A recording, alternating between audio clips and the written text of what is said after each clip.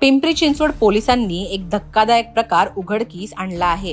Pimpri Chinchwad police आयुक्तालयाच्या मालमत्ता गुन्हे विरोधी पथकाने चाकण परिसरात सुरू असलेल्या अवैध गॅस रिफिलिंग व्यवसायावर मोठी कारवाई केली आहे. पोलीस आयुक्त विनय कुमार यांनी शहरातील सर्व अवैध धंद्यांवर कठोर कारवाई करण्याचे आदेश दिले होते. त्यानुसार वरिष्ठ पोलीस निरीक्षक संजय चव्हाण यांच्या मार्गदर्शनाखाली मालमत्ता गुन्हे विरोधी पथकाने गुप्त माहितीच्या आधारे ही कारवाई केली.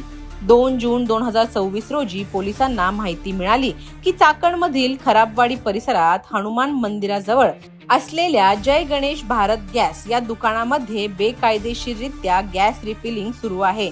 माहिती मिळताच पोलिसांच्या पथकाने तात्काळ छापा टाकला. छाप्यामध्ये सचिन प्रकाश मस्करे नावाचा 31 वर्षीय व्यक्ती घरगुती गॅस सिलेंडर मधील गॅस इतर सिलेंडर मध्ये भरत असल्याचे आढळून आले. धक्कादायक बाब म्हणजे हे संपूर्ण काम कोणतीही सुरक्षा उपाययोजना न करता सुरू होते. अशा प्रकारच्या रिफिलिंगमुळे कधीही आग किंवा मोठा स्फोट होऊ शकतो. त्यामुळे परिसरातील नागरिकांच्या जीविताला गंभीर धोका निर्माण झाला होता. या कारवाई दरम्यान पोलिसांनी आरोपीच्या ताब्यातून तब्बल 81 गॅस टाक्या जप्त केल्या. या जप्त मालाची एकूण किंमत सुमारे 1,03,000 रुपये इतकी असल्याचं पोलिसांनी सांगितलं आहे.